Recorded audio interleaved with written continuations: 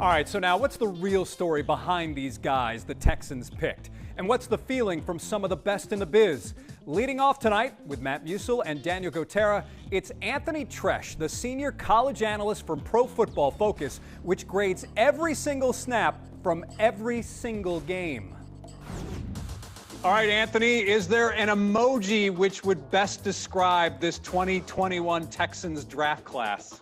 Yeah, it's definitely interesting. I would say every single team kind of goes in there with a semi-happy face. They're just kind of waiting to see what happens. But with the Texans, they kind of came in with that half frowny face, like disappointment, because there really was nothing there to really get excited about. No first-round pick, no second-round pick. And then you get into the draft. I think that kind of went to a frowny face pretty quickly with taking Davis Mills with their first selection and then trading up for Nico Collins. That second one with Nico Collins, they traded up, and that was one of the biggest lopsided trades we've seen in the third round in quite some time. So it was definitely a disappointing one. But I would say if there's one big takeaway here is that there's a little bit of hope for 2022. They might actually have the first overall pick. And I think at that point, they'd be getting a pretty good player there. Spencer Rattler of Oklahoma. I actually have an article coming out over at PFF.com, outlining what I think of Spencer Rattler as a player, dropping this week. So Texans fans, be sure to check that out because you might be interested in that guy here in about a year.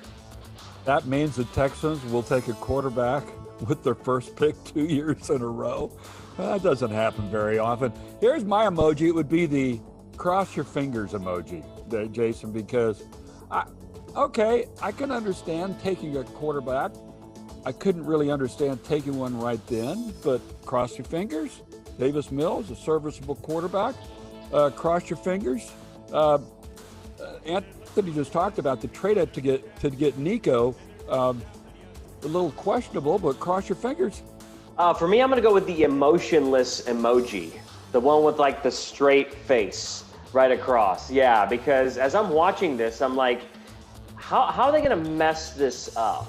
Because they're going to mess it up, and they did. They did mess it up, and it's not surprising. That's why I'm going with the emotionless one, because we kind of expected them to not do something that was going to be productive, right? And and I said it last night. I just don't understand taking a quarterback there that's still considered a project when you have so many holes in your roster. So emotionless emoji for me.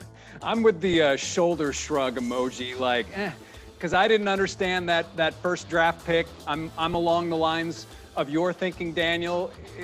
Why wouldn't you go and get somebody that you can perhaps plug in as a starter, or at least a contributor in 2021? Is that the path they should have taken, Anthony? Yeah, 100%. I mean, with Davis Mills, there are some traits that you kind of like there. He is a quick decision maker, a quick processor. But let's be honest here. If the guy got 4 stars instead of 5 stars coming out of high school, he wouldn't have gotten selected here. I'm not even sure if he would have been drafted. That's a big thing there. So which player in this draft class could make the biggest immediate impact then? Yeah, I would say Brevin Jordan.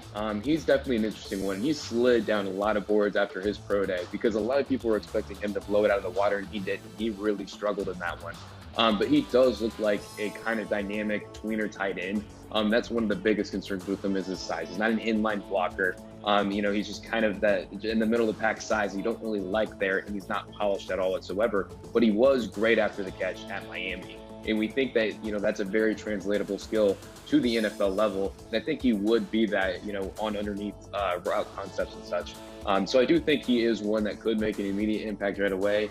But I'm going to be honest, I'm not totally confident in him actually doing that. I'm not totally confident in any of these guys doing it, just because when you stack up all of these players here compared to the PFF draft board, they were all some pretty big reaches in there. So it's interesting. Roy Lopez, I will say, he did grade out exceptionally well for us at PFF College.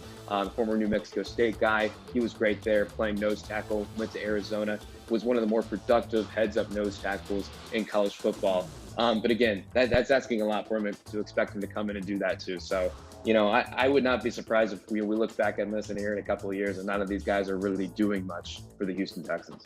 Great, Anthony, because that's what you said about the last draft class as well. All right, Anthony Treash from Pro Football Focus. Right now, you can save 30% on any PFF subscription with the code DRAFT30. Anthony, as always, thanks for coming in and hanging out with us. Absolutely. Thank you guys for having me.